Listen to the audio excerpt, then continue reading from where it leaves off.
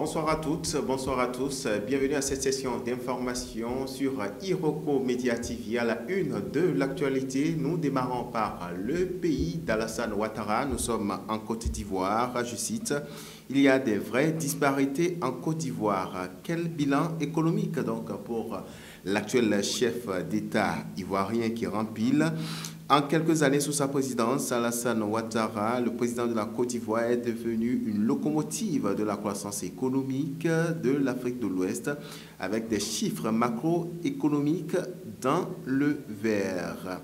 Je suis candidat parce que je suis et je veux que notre cher beau pays, la Côte d'Ivoire, continue de demeurer un pays de paix et de sécurité prospère.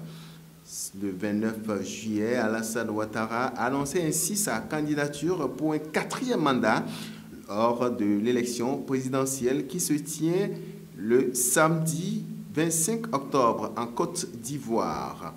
Alors, celui-là même qui, dans son allocution, a fait savoir que le pays prospère et les chiffres plaident d'ailleurs même en partie en sa faveur.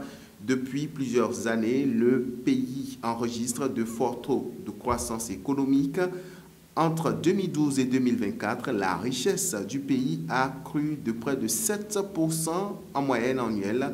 C'est un peu plus de 5% pour le Ghana et moins de 3% pour le Nigeria sur la même période. Sur le continent africain, seuls le Maroc et l'île Maurice ont fait mieux selon les chiffres de la Banque mondiale. Et dans le reste de l'actualité, cette fois-ci, on prend la direction de Paris. Là-bas, nous revenons sur le Louvre qui rouvre. Macron et demande une accréditation des mesures de sécurisation. De quoi s'agit-il en réalité, mesdames, messieurs? Emmanuel Macron a demandé mercredi, aujourd'hui donc, une, je cite, accélération des mesures de sécurisation du Louvre qui a ouvert 3 jours après le casse spectaculaire au cours duquel les joyaux ont estimé ou sont estimés à 88 millions d'euros qui ont été dérobés. Alors, le chef de l'État a indiqué en Conseil des ministres que ces mesures de sécurisation de Louvre étaient en cours de déploiement et il a demandé une accélération de ces mesures, annonce donc